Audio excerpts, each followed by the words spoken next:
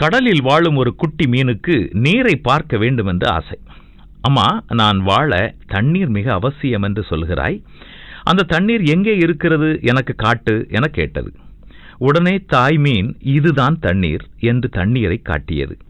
குட்டி மீனுக்கு ஒன்றும் புரியவில்லை. அம்மா, நீ தண்ணீரை காட்டு என மீண்டும் அது சொல்ல மறுபடியும் தாய் மீன் தண்ணீரை காட்டியது. அப்போதும் குட்டி மீனுக்கு தண்ணீர் தெரியவில்லை.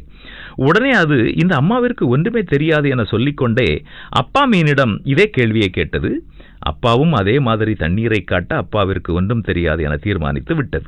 பிறகு உறவினர்களிடம் போய் இதே கேள்வியை கேட்டது. எல்லோரும் ஒரே பதிலையே சொல்ல திருப்தி அடையாத மீன் யாருக்குமே ஒன்றும் தெரியாது என்று தீர்மானித்தது. இறுதியில் உருவத்தில் பெரிய திமிங்கலத்திடம் வந்து தண்ணீரை காட்ட சொன்னது.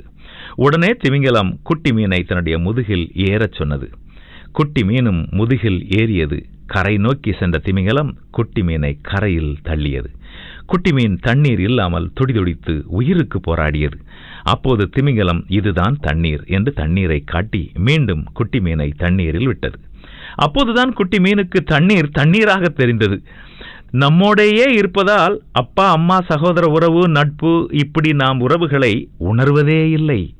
அவர்கள் பிரிந்த பின்பு புரிந்து கொள்வதில் பலனில்லை. அதனால் நாம் நம்முடைய தாய் தந்தையுடன் இருக்கும் போதே அவர்களை மரியாதையோடும் வைத்துக் கொள்ள வேண்டும். அவர்களை கனம் செய்வோம்.